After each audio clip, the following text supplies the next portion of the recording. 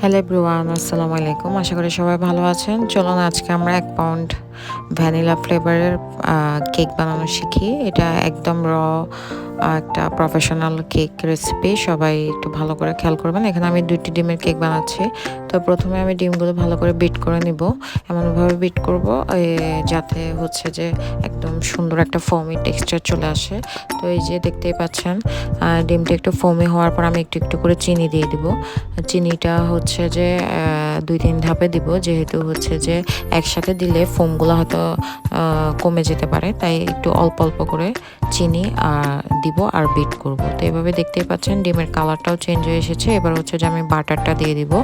বাটারটা দিয়ে খুব সাবধানে সুন্দর করে মিডল তাপ রেখে তারপর হচ্ছে যে বিট করে নিতে হবে, কারণ হচ্ছে না হয় যে ফোমি টেক্সচারটা নষ্ট হয়ে যাবে।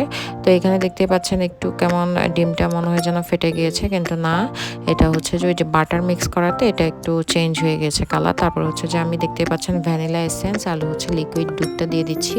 এরপর হচ্ছে যে সব কিছু দিয়ে ভালো করে মিক্স করে আমি হচ্ছে শুকনো উপকরণগুলো দিয়ে দিব। তো এই যে দেখতে পাচ্ছেন আমি এখানে ময়দা, বেকিং পাউডার আর হচ্ছে স্বাদ মতো একটু লবণ, মিষ্টি জিনিসে যদি আপনারা লবণটা স্কিপ করতে চান করতে পারেন, দিয়ে ভালো করে হচ্ছে যে আমি এটা খুব সাবধানে এটা মিক্স করে নেব। এরপর আমার মনে হলো একটু ভ্যানিলা এসেন্স দরকার, তাই আমি আরও একটু দিয়ে নিলাম, দিয়ে একটু ভালো করে বিট করে নিলাম। এখন দেখতেই পাচ্ছেন এই যে আমি মোল্ডে দিয়ে দিচ্ছি, দিয়ে এটা আমরা চুলায় হচ্ছে যে বেক করবো। দেখবেন খুব সুন্দর ফুল উঠবে। যদি ইনগ্রিডিয়েন্টসগুলো পুরো মানতে হয় তাহলে কিন্তু ফুলতে বা হতে সময় লাগে না। এই যে দেখতে পাচ্ছেন খুব সুন্দর ফুলে উঠেছে এবং পারফেক্টলি এটা বেকড হয়ে গেছে। আপনারা চাইলে ওভেনেও এটা বেক করতে পারেন। তো যদি আপনার পরিমাণ কম বেশি হয় তাহলে কিন্তু দেখবেন কেকটা চুপসে যাবে, সুন্দর হবে না। তো এই তো আমাদের কেক রেডি, এবং এটা কিন্তু খেতেও অনেক ভালো হয়েছিল। তো আশা করি সবার ভালো লেগেছে। যদি ভালো লাগে অবশ্যই লাইক, শেয়ার এবং সাবস্ক্রাইব করে পাশে থাকবেন। আল্লাহ হাফেজ।